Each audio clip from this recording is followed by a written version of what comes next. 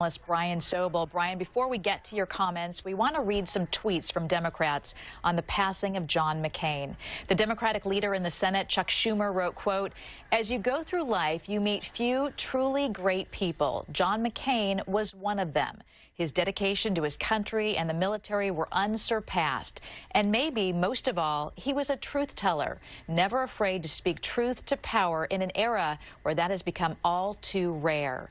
Schumer went on to say the Senate, the United States, and the world are lesser places without John McCain.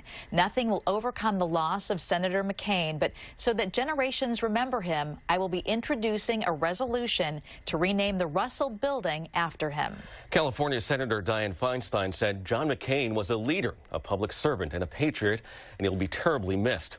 She went on to say John's perseverance and spirit should serve as a model for all of us, and was a great friend, a great senator, and my thoughts go out to his family for their loss. So, Brian, those are two Democrats making those tributes here, but we know John McCain was a maverick. He was not afraid to go against his party.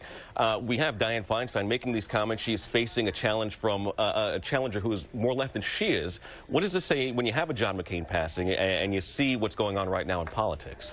Well, John McCain crossed the aisle often. He was somebody who believed in his own positions on things, and often that ran counter to what the Republicans wanted, but often it ran counter to what the Democrats wanted. So he was an equal opportunity offender in terms of shaking up a party at times when he thought they were going in the wrong direction. And that was the John McCain legacy. He's somebody who the United States Senate will remember for many, many years. Yeah, anyone thinking about running for elective office should first take a look at the career of John McCain. Brian, moving forward, what do you think is the most important lesson that Senator McCain left for us? I think at the end of the day, Julie, he was somebody who put America first. He put America before party politics. He did what he thought was right for this country. And sometimes that upset people in his own party, sometimes it upset people in the other party. But at the end of the day, John McCain had a very strong moral compass, and he did not deviate from it very often. We talk so much about John McCain right now because he was such a maverick. He went against his own party at times. Is there room in politics right now for another John McCain, people like him, to lead? Well, hopefully. The best that we can hope for in American politics is that people come to their positions honestly, have good policy debates, and when they have differences, they can set those differences aside after a vote is taken. In this current era, we're seeing people who are counting heads and taking names. I think John McCain was somebody who, at the end of a debate, could walk away and have lunch with that person he was debating with, and that is the kind of spirit we want back in the Senate and in the House of Representatives. Hey, Brian, it's no secret that President Trump and Senator McCain had deep differences. The American flag at the White House flew at half-staff over the weekend following his death, but was raised today, and that ignited criticism. Then it was lowered again this afternoon. And late today, President Trump expressed his respect for McCain 2 days after his death. Your thoughts on that?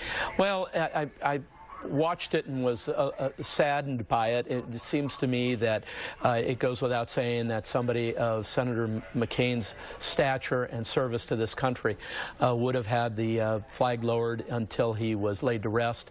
I realize there's protocols around all these sorts of things, but at the end of the day, that should have been overruled immediately, and it wasn't, and too bad for that.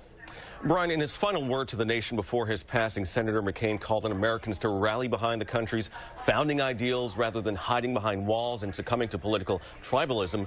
In your opinion, was that a veiled rebuke of President Trump? Maybe, but I've been asked about this a lot, and this was a letter that John McCain was writing to Americans and to people in Arizona, and it really stretched beyond this current president. It really talked about his whole life in politics and his whole life in general. And so he may have made a veiled reference to the current situation, but really when you read the letter, it's a testament to the life of John McCain as John McCain saw it.